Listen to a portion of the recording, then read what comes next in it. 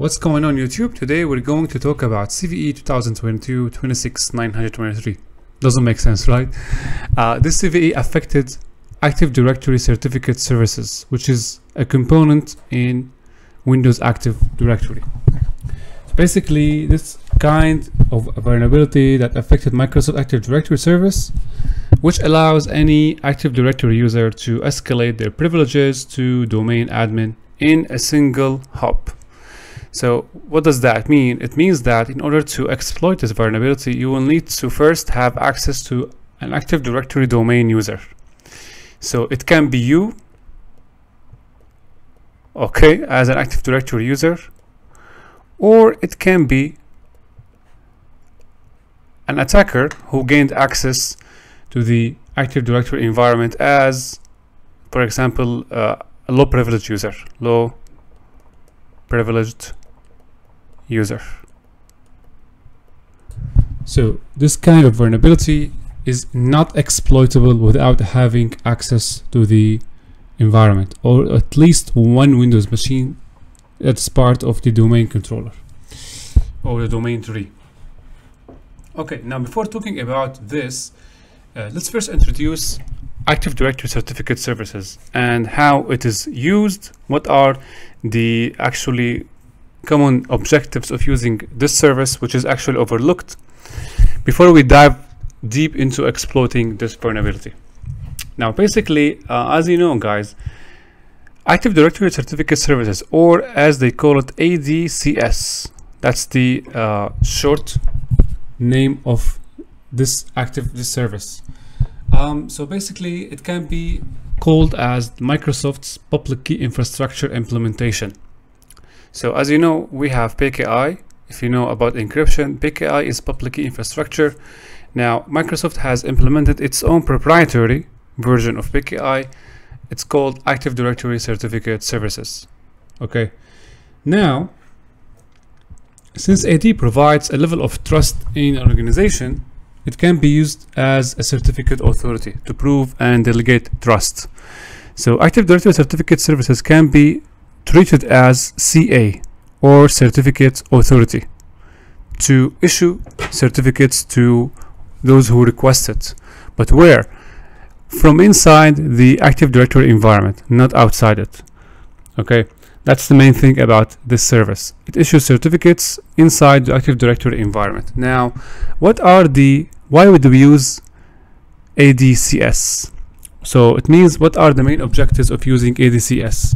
Now the first use case of ADCS, let's make this arrow here and list the first use case. The first case is encrypting file systems. So we can issue certificates that are used to encrypt file systems. Okay, of course, so the use of certificates, something similar to HTTPS, when the main connection between you and the website is encrypted using a certificate issued by a certificate authority. Here is actually the same. We issue certificates from Active Directory Certificate Services, and we use these certificates to encrypt file systems, as an example or use case. Also, we use ADCS for digital signatures.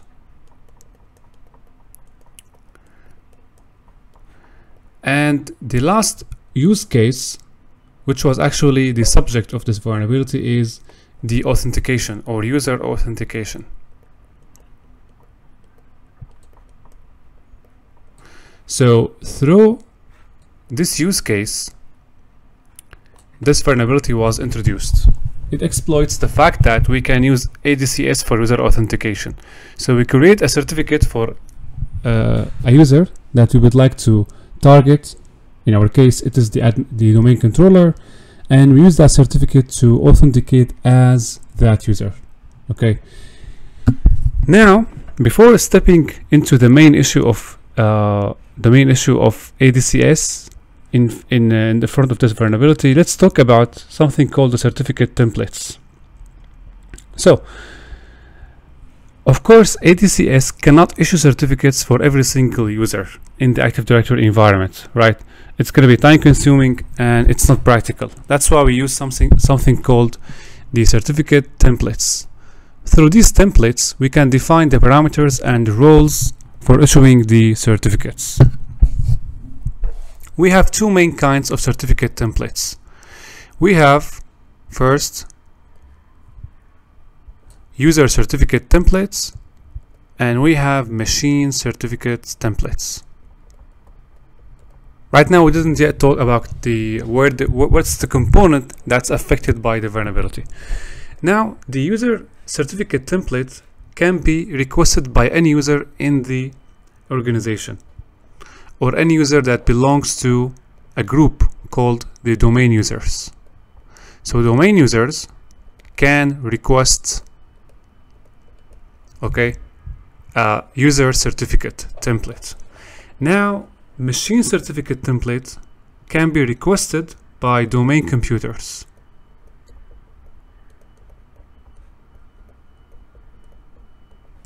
So the vulnerability affected this component, the machine certificate templates, and we will explain the reason. Let's create a new page and explain why the vulnerability affected this component only, the machine templates or the machine certificate templates. Okay, let's see why is that. Now let's first talk about the user certificate templates. So as we said, these templates are requested by domain users, anyone in the domain users, technically anyone who is using or who joined the Active Directory environment. Okay, now when we request a certificate based on the user template, we associate something called the UPN. So there is something called the UPN, or the user principal name. Sorry, it's UPN, not USB. So UPN. So UPNs are user principal name. Now when we request a certificate template as a user within the domain users, we associate, of course not, it's an embedded process, we associate something called the user principal name of the user account. Okay, now why do we associate or we embed the UPNs within the request? Because UPNs are embedded under something called the SAN. Okay, the SAN stands for subject alternative name.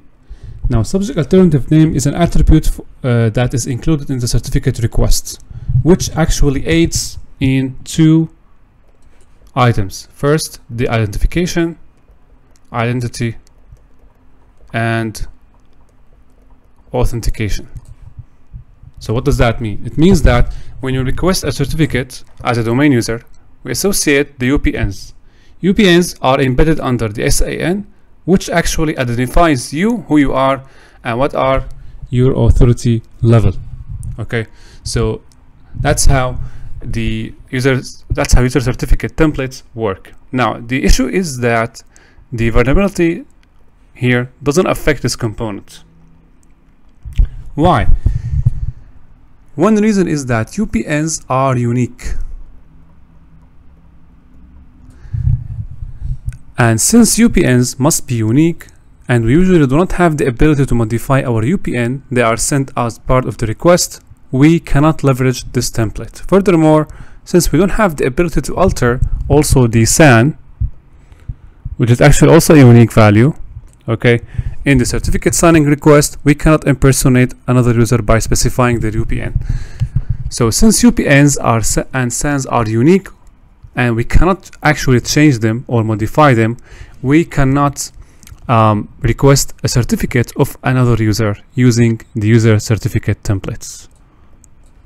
Okay, now let's talk about machine certificate templates and why it was the victim of this vulnerability. So, as we said earlier, the machine certificate templates are requested by anyone or any machine that is part of the domain computers. So we might be asking, why do we use this kind of certificate templates. Any user now can request a certificate from the ADCS as or a template as a domain user, and problem solved. Why do we need to use machine certificate templates? The premise behind the machine certificate templates is that one user can actually join from multiple machines as part of the bring your own device. So you might be signing in to the Active Directory environment from multiple machines. Okay, now these machines need to request certificates. Okay, that's why the machine certificate templates were created for that purpose. Now, if we want to associate certificates for different computers or different machines, what do we use? We will not use the UPNs or SAN. We will use something called the DNS hostname. So through the DNS hostname, we can request a machine certificate template. The DNS hostname, much like UPN, embedded in the certificate signing request. So the machine template uses the DNS name of the machine for identification and authentication instead of SAN and UPNs. So when a certificate is requested for a machine through the machine template, ADCS embeds the machine's DNS name into the request, and then the certificate is issued. So basically, the DNS hostname is used for both the identification, identity, and authentication instead of UPNs. Alright, that's how they work. Now, the reason why machine certificate templates were vulnerable to the subject of this vulnerability is that DNS hostnames DNS hostnames can be changed. And if we change the DNS hostname of our computer to the one of the domain controller, we can now issue a certificate that is used to authenticate as a domain controller. But it is not that simple. Still, we have some details left to discuss. Okay, so now let's create a new page. All of that actually to help you understand how the vulnerability works. Otherwise, if you know how Active Directory certificate services work, you can skip this part. Okay. So now, still we have two other things to talk about. The first thing is that validate write to something called DNS hostname, and another thing is that validate write to something called the server's principal name. So why do we talk about these? Why do we mention these both two items? So basically, when we enroll a new computer or host in Active Directory, we are assigned as the owner of that host. Okay, this provides you with certain permissions over the Active Directory objects or the Active Directory hosts. These two permissions, meaning that when you enroll a host in the domain controller and you request a machine certificate template and the certificate template is issued, you have now two permissions over this object. The first permission is a validate write to DNS hostname and validate write to service principal name. Okay, now SPNs are used, or service principal names, if you don't know what are these, they are used by Kerberos authentication to associate a service instance with a service login account. By default, the computer Active Directory object receives SPNs associated with their name to allow for Kerberos authentication. So the authentication we talked about here happens through the Kerberos.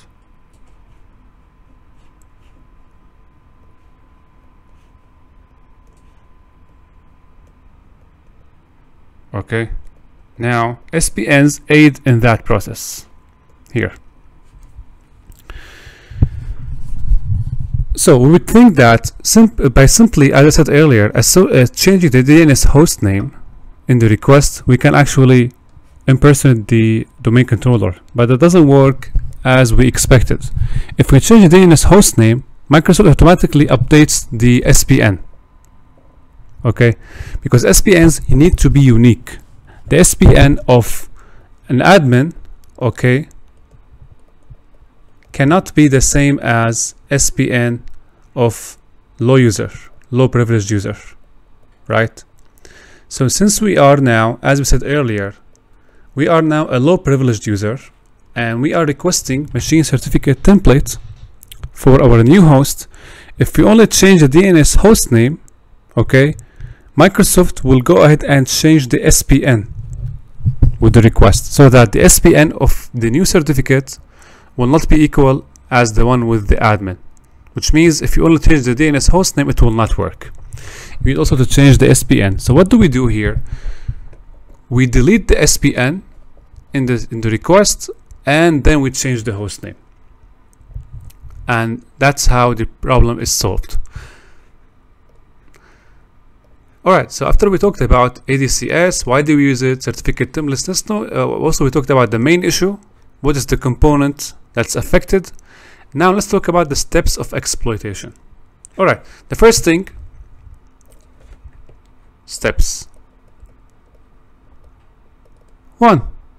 So the one is you need to compromise a low privileged user. So you need first foothold. Okay, that's the first thing. The next step is that we need to use the information or the credentials of the user that we have got access to enroll a new host in the domain. So we register a new host into the domain. Right now everything is normal. 3. We need to change the DNS hostname as we mentioned earlier, okay, to one that equals to the of the domain controller. So change the hostname, change DNS hostname. By changing the DNS hostname, we are preparing for certificate impersonation. So before sending the certificate request, we change the DNS hostname to be equal to that of the domain controller. So you need also to learn what is the DNS hostname of the domain controller or the domain admin. The 4th step is removing the SPN.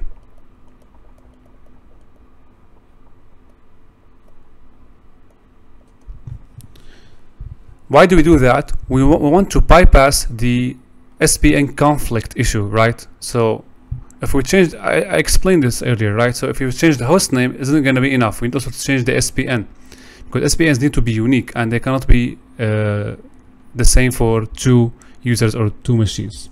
After we change the DNS host name and remove the SPN, now we can, as the fifth step here, now we can issue a request, a certificate request. It will be machine certificate request. And lastly, after we acquire the certificate, okay, we can now authenticate using Kerberos. Through Kerberos, we will get TGT, ticket granting ticket, and sign in as a domain controller. That is very brief explanation about ADCS and how the exploit works. Now let's perform that practically. So for today's video, we're going to use TryHackMe attack box, since it is equipped with all the tools that we will need for today. Now, as you can see, I have access to the target machine as the user THM, and the domain is Lunar. On the other hand, here on the other tab, I will use a tool called Certify to enumerate the Active Directory certificate service environment and to demonstrate the attack. So one tab for the target machine and one tab on your own machine. So what we need to do first, we need to get a virtual environment. Now, Certify tool is part, one condition to use Certify tool is to have the in packet. This is Certify tool. Okay, you can install it. Here are the instructions. But in order to use Certi-By2 for today's scenario, you need to have also in-packet installed. If you want to save yourself the trouble, you can use TryHackMe attacker, the attack box. Okay. So first, let's now create a virtual environment. Source root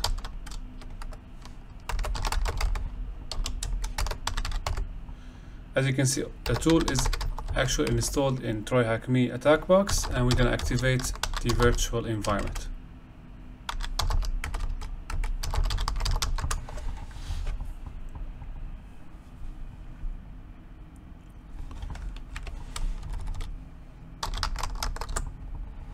Okay, now it is active. Okay, the next step now, we need to generate a certificate for the low privileged user that we have access to, which is here. Now the credentials are written and given in the TryHackMe room, which I'm going to show at the very end of the video. So to create the certificate request, guys, we're going to use also, as I said earlier, the Certi-Py. So Certi-Py, and then we mark this with requests. Then we have the domain.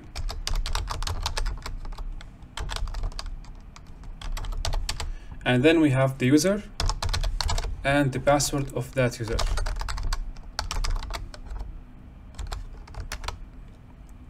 That's the password. And then we have @ this is the domain controller DNS name. Okay. -CA. Here we request the certificate. So the certificate will be requested from the Active Directory certificate services.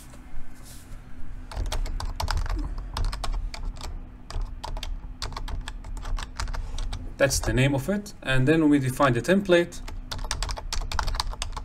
And this time we're going to select user.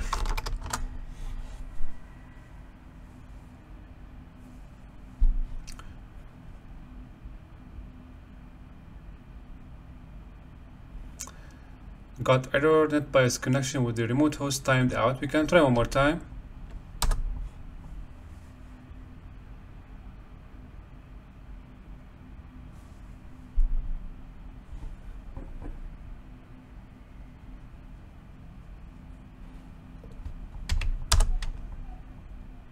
Okay, so this time worked. You need to try multiple times in order for this to work. So as you can see, certificate has been requested. Note that this is a user template certificate, right?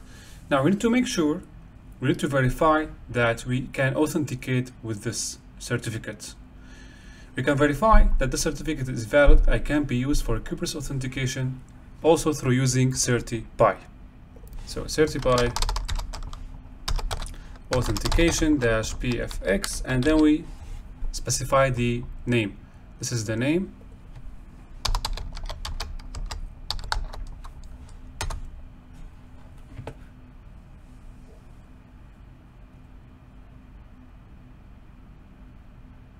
Now what's going to happen here is that in order to verify that the certificate can be used for authentication through Kerberos, Certi-By performs authentication with the certificate and uses in-packets to recover the NTLM hash associated with the UPN specified in the certificate. As you can see, this is the NTLM. This is the NTLM hash for what? For this account. That's what we will do now when we enroll a new host exactly for the domain controller. Next, after we created the user certificate, now we will add a host to the domain. This host supposedly will be belonging to the user THM. Okay, so through adding a new host, we can start requesting machine certificates. Okay, so adding a new host can be done through one of the in-packet tools called add-computer.py. So add computer.py, and then we specify the domain environment parameters.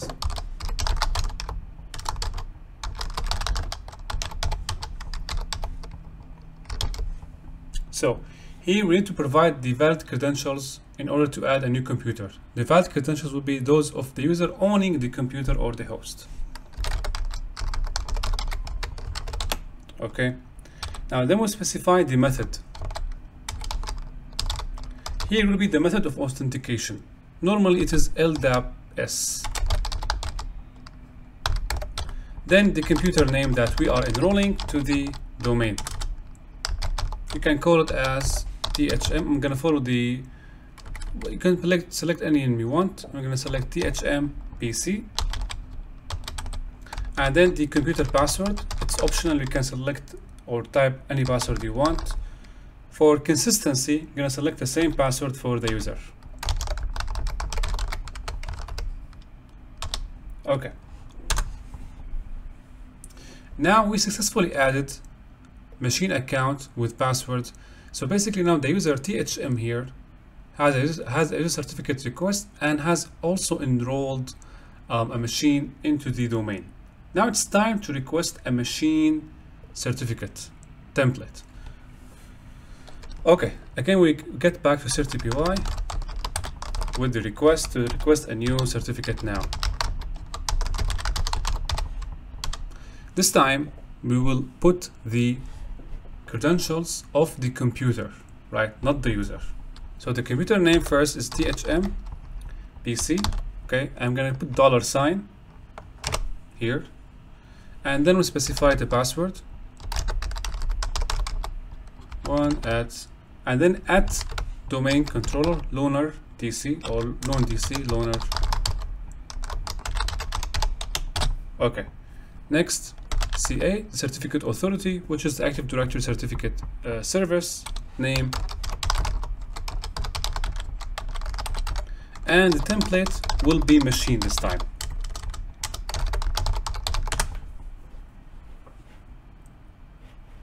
Okay, so successfully requested certificate and a certificate has been created. Again, we can verify that the certificate is valid by using also CertiPy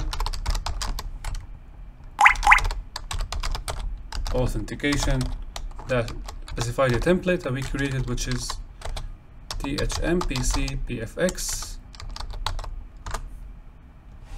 Let's see if we can authenticate with this certificate.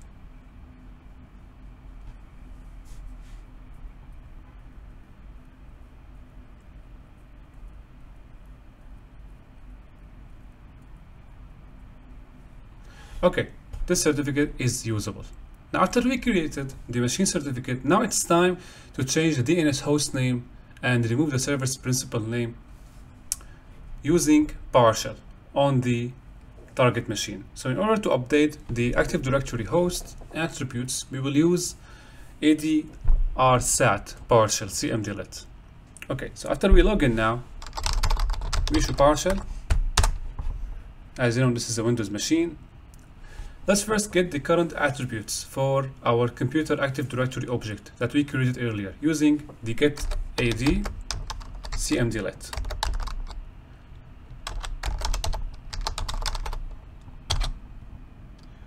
Okay, and we specified the name of the computer. It was THMPC. So without looking back on the terminal, dash properties. Gonna get the DNS host name of this machine that we enrolled recently and the service principal name.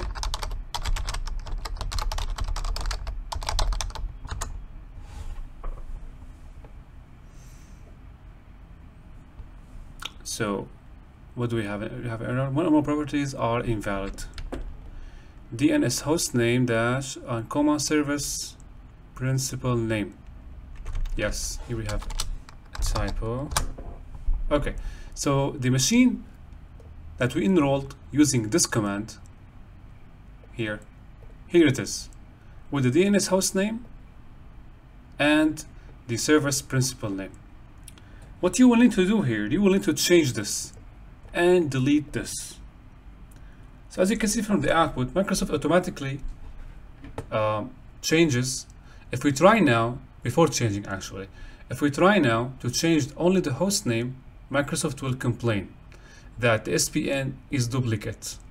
So if you change this, instead of THMPC, you write loon DC, which is a DNS hosting for the domain controller, you will get error because the server's principal name cannot be the same for two hosts. Okay, so what you will need to do here, guys, you will need to first delete the service principal name. Okay, so let's now delete the service principal name. Set AD computer,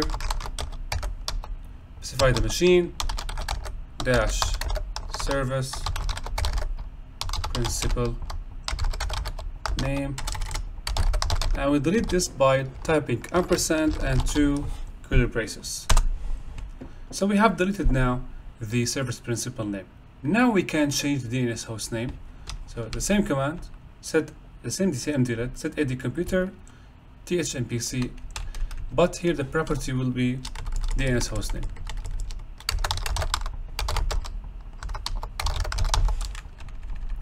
And will be the one that belongs to the domain controller.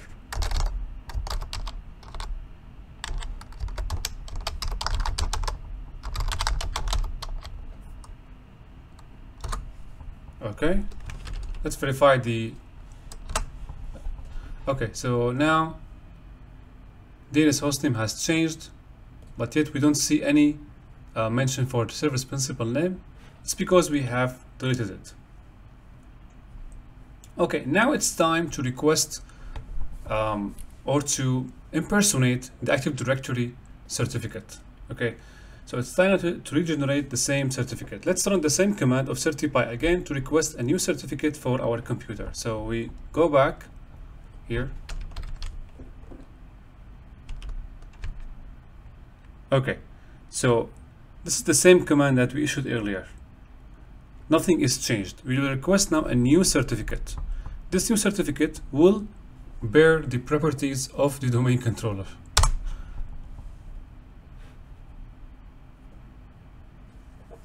Let's see now. Error. Okay, one more time we try.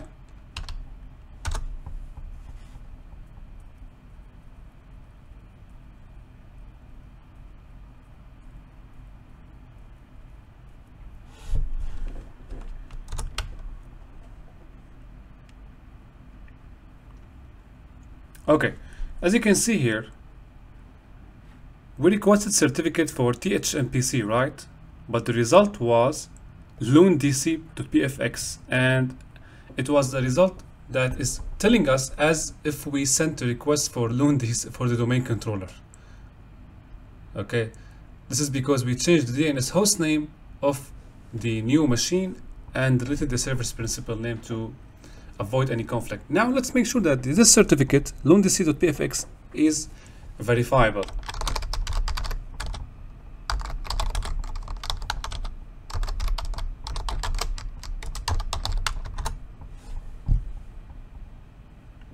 We should now get the NTLM hash for the domain controller.